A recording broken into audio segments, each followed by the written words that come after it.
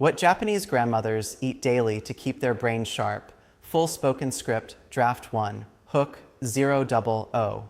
I want to tell you about a woman named Setsuko. She lives in a small fishing village on the coast of Japan, and she is 94 years old. She still remembers every birthday of every grandchild. She still does her own grocery shopping. She still beats her grandson at cards, and she still cooks dinner for 12 people every Sunday without writing down a single recipe. When I first came across the research on her village, I was stunned, not just by Setsuko, by almost everyone over 80 in that town. Sharp minds, clear memories, no confusion about what day it is, or who their children are, or where they left their keys 5 minutes ago.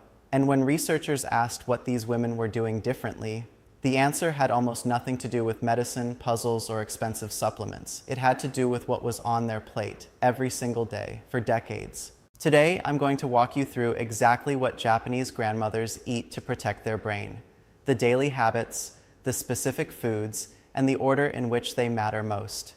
Stay until the end, because the final one is the one researchers say matters most of all, and it's something almost nobody in the West even thinks about.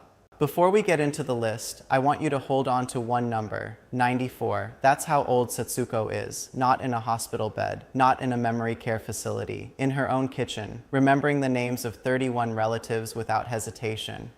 Section 1, setting the scene, the mystery. Let me explain for a moment why this matters to you. By the time most people reach their 70s, memory becomes fragile. Names slip, conversations get repeated. Simple words go missing mid-sentence. It's treated as something we just have to accept, a tax we pay for growing older. But in certain pockets of Japan, especially in rural coastal regions like Okinawa, parts of Nagano, and small towns along the Japan Sea, this decline is far less common. Elderly residents in these areas are known for staying mentally clear well into their 90s. Researchers who have spent years studying these communities keep landing on the same conclusion. It is not luck, and it is not genetics alone. It is largely lifestyle. And at the center of that lifestyle is food. What makes this interesting is that these grandmothers are not doing anything complicated. They are not counting calories. They are not taking a cabinet full of pills. They are eating the way their mothers taught them, the way their grandmothers taught them, using ingredients that have been part of Japanese kitchens for generations. Here's what makes this even more compelling. Longevity scientists who study what are sometimes called blue zones, regions with unusually high numbers of people living healthily past 90 and 100 die, have repeatedly pointed to parts of Japan as some of the most striking examples on the planet. Okinawa, in particular, has been studied for decades because of how many of its oldest residents remain independent, mobile, and mentally clear. And when you dig into what these researchers actually found, food comes up again and again. Not a single miracle ingredient. A pattern, repeated at breakfast, lunch, and dinner for an entire lifetime. Here's why this should matter to every single person watching. Cognitive decline is not a distant, abstract problem. For most people, the fear isn't dying. It's losing yourself before that. Forgetting your grandchildren's names, becoming a stranger inside your own mind while your body keeps going. That's precisely why places like Setsuko's village matter so much. There are 90-year-olds with sharper memories than people 40 years younger, and the difference isn't found in a hospital or a pharmacy. It's found in the kitchen. So let me break it down for you piece by piece, starting with the everyday staple most people overlook completely. Section 2, Habit 1, the morning fermented soup. Here's the first habit I want you to notice. Almost every Japanese grandmother starts her day the same way, with a warm bowl of miso soup. It sounds almost too simple to matter. A little broth, some tofu, maybe seaweed, a spoonful of fermented soybean paste. But this small daily ritual is doing more for the brain than most people realize. Miso is a fermented food, and fermented foods carry live cultures that support the gut. And here's the part that surprises most people. The gut and the brain are in constant communication. Scientists now refer to this connection as the gut-brain axis. A healthy gut microbiome has been linked to better mood regulation, clearer thinking, and lower inflammation throughout the body, including inflammation that can affect the brain over time. Japanese grandmothers didn't need a study to tell them this. They simply noticed, generation after generation, that starting the day with something fermented and warm made them feel steadier, clearer, more themselves. It became tradition, not because of a headline, but because it worked. And there's something else. This bowl of soup is usually eaten slowly, sitting down, often in quiet conversation with family. No phone, no rushing out the door with something wrapped in plastic. That slowness itself, the ritual of it, appears to matter almost as much as the ingredients. Setsuko says she has made miso soup almost every single morning of her adult life. Not because a doctor told her to, because that's simply what breakfast is. She learned it from her mother, standing at the same small stove, watching the same steam rise off the same dark broth. None of these habits were ever framed as health advice. They were just what a normal day looked like. Nobody had to force themselves to keep doing it. It was never a diet. It was simply life. But the soup is only the beginning. What goes on the plate next tells an even bigger part of the story. Section 3, Habit 2, Fish every single day. Now let's move to the second habit. If there is one food most closely tied to sharp aging in Japan, it's fish. Not occasionally, not once a week for a special dinner, daily or close to it. Coastal Japanese grandmothers grew up with fish as the default protein, long before red meat became common in Japanese diets.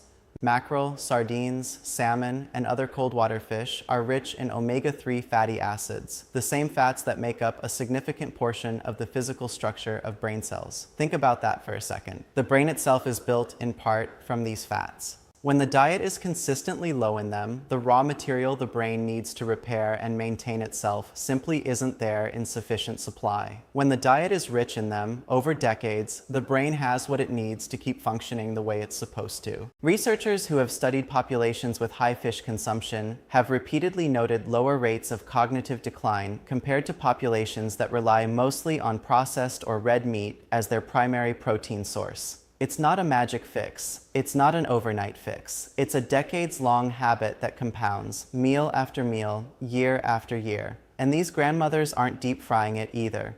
It's grilled, steamed, or simmered. Simple preparation, minimal oil, maximum nutrients preserved. There's a striking contrast here worth sitting with for a moment.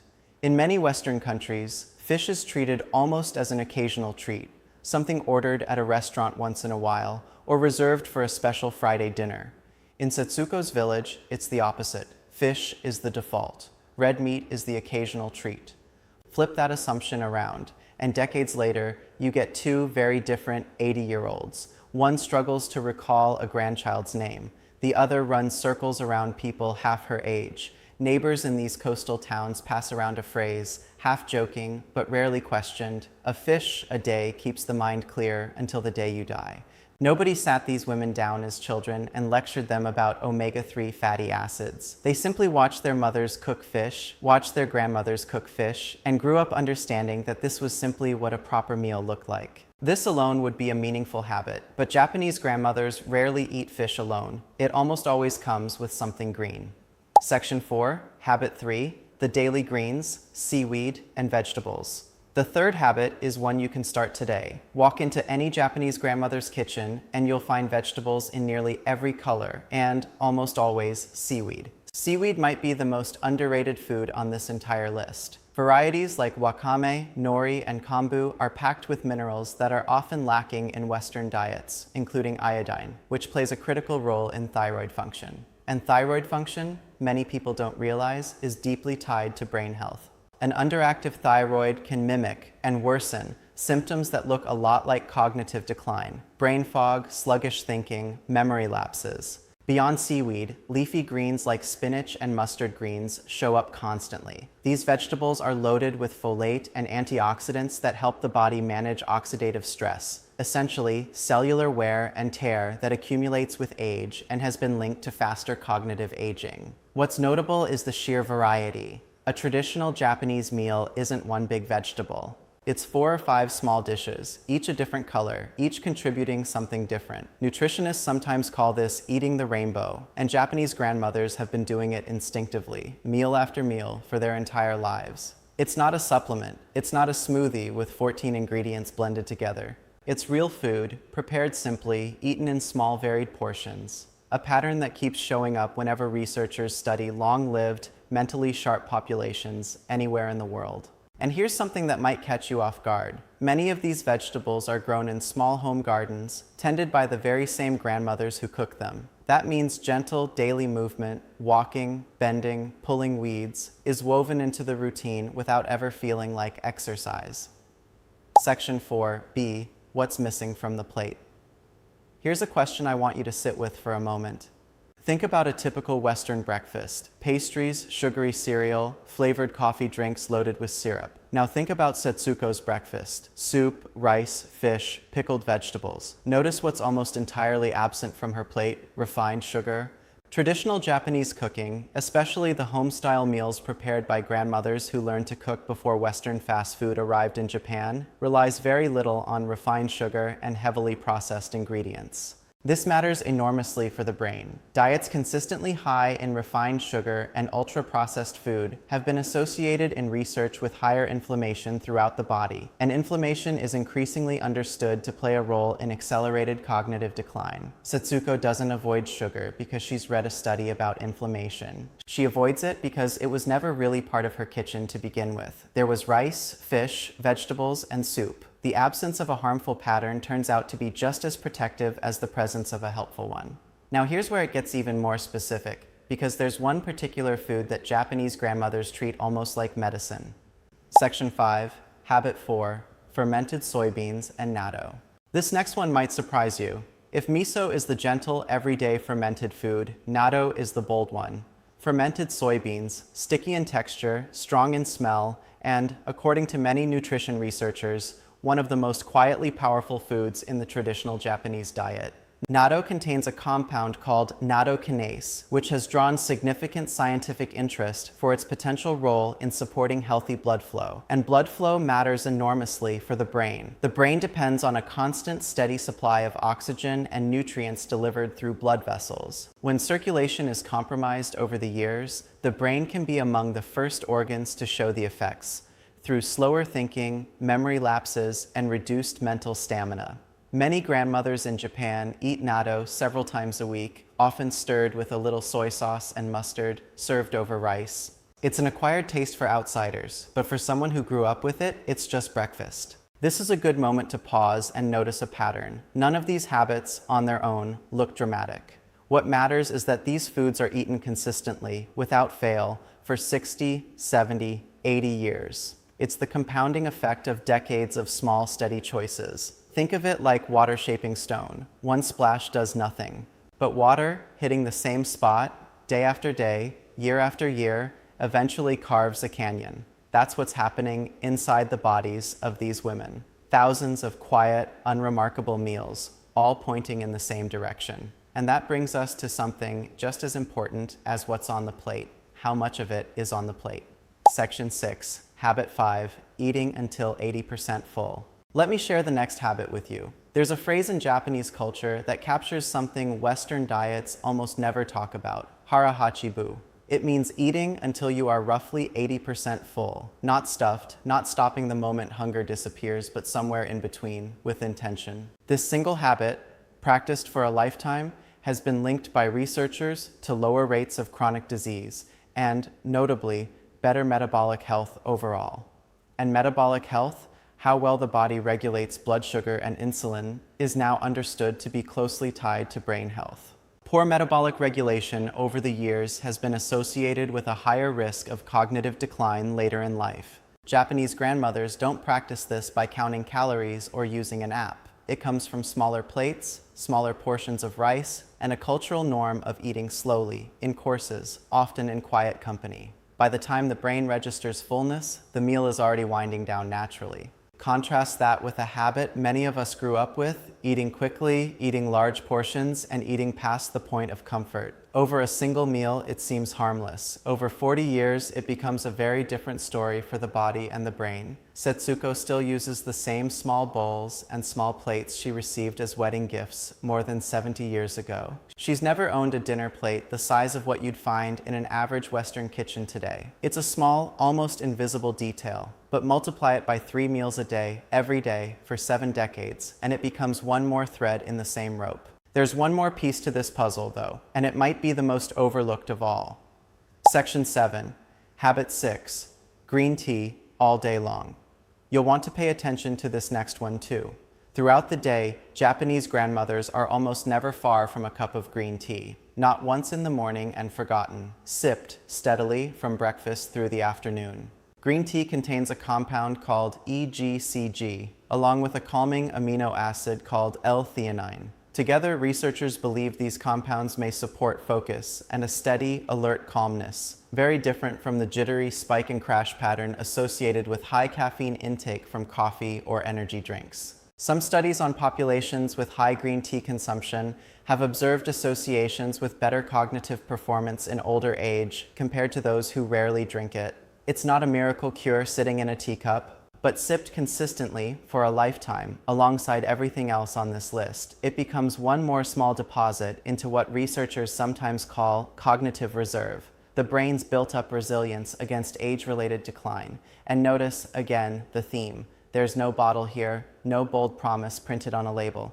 It's a simple, warm cup of tea, prepared the same way it has been for centuries, sipped slowly across a quiet afternoon. There's a small ceremony to it too. Many grandmothers pause for tea in the mid-afternoon, sitting down for 10 or 15 minutes, often with a neighbor who drops by at the same time every single day. It's not scheduled on a calendar, it's simply understood. Tuesday afternoon means tea with Yumiko next door. That kind of quiet, reliable social rhythm turns out to matter far more than most people realize, which brings us to the final piece of this puzzle.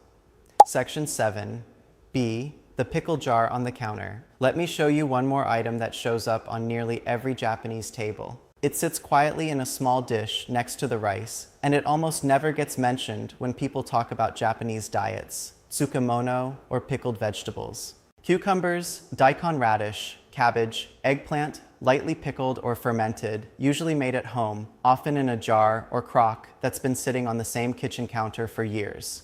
Like miso and natto, these pickles are another daily source of live cultures that feed a diverse gut microbiome. Researchers studying the gut-brain connection have increasingly pointed to diversity as the key word, not just having good bacteria, but a wide variety of different bacterial strains working together. A diet that includes multiple fermented foods across the week builds a level of microbial diversity that a single probiotic supplement taken once a day from a bottle simply cannot replicate. Setsuko's pickle jar has no label, no health claim printed on the side. It's just vegetables sitting in salt and rice bran, doing quietly for her gut, and by extension her brain, what an entire aisle of Western supplements promises and rarely delivers. There's one more small ritual worth mentioning. Before any meal begins, there's a simple phrase spoken, almost like a habit of gratitude, itadakimasu, roughly meaning, I humbly receive this. It's said before eating, hands together, a brief pause before the first bite. Researchers who study stress and the brain have long known that chronic, low-grade stress is associated with elevated cortisol, and sustained high cortisol has been linked to harm to the hippocampus, a brain region central to memory formation. A few seconds of pause before a meal will not undo a lifetime of stress on its own. But it's one more small brake pedal, gently pressed 3 times a day, every day, for an entire life. Now we arrive at the habit researchers consider the most powerful of all, the one that ties everything else together. Section 8, the final and most important habit, how they eat, not just what. I want to tell you about the piece almost nobody talks about. It is not a single food. It is not an ingredient you can buy at the store. It is the way these meals are eaten. In most of these communities, meals are rarely eaten alone. They are eaten with family, with neighbors, around a table, with conversation. Food in Japanese grandmother culture is inseparable from connection, from talking, laughing, remembering, checking in on each other. Researchers who study aging populations around the world keep circling back to this same finding. Social connection is one of the strongest predictors of long-term cognitive health, sometimes even more predictive than diet alone. Isolation, on the other hand, has been consistently linked to faster cognitive decline in older adults. So when a Japanese grandmother sits down to her bowl of miso soup, her piece of grilled fish, her small dishes of vegetables, and her cup of green tea, she's rarely doing it in silence, alone, scrolling through a phone. She's doing it as part of a rhythm that has repeated daily for her entire life, nourishment paired with connection. That combination, real food, eaten mindfully, in the company of people who matter, is, according to many researchers who study these long-lived communities, the true secret. Not one ingredient, not one supplement, the whole pattern, repeated for decades. This is, in many ways, the piece of the puzzle that Western culture has drifted away from the most. We've gotten remarkably good at optimizing what goes into our bodies, tracking macros, researching supplements, but we've quietly let go of something older generations used to take for granted: eating together, slowly, as a normal part of the day. Setsuko doesn't think of Sunday dinner as a wellness practice. She thinks of it as Sunday. But researchers increasingly believe that this unremarkable weekly gathering may be doing as much for her mind as anything on her plate. It's worth asking yourself honestly, when was the last time you ate a full meal slowly with someone you care about without a screen anywhere in sight? For many people, the honest answer is longer ago than they'd like to admit.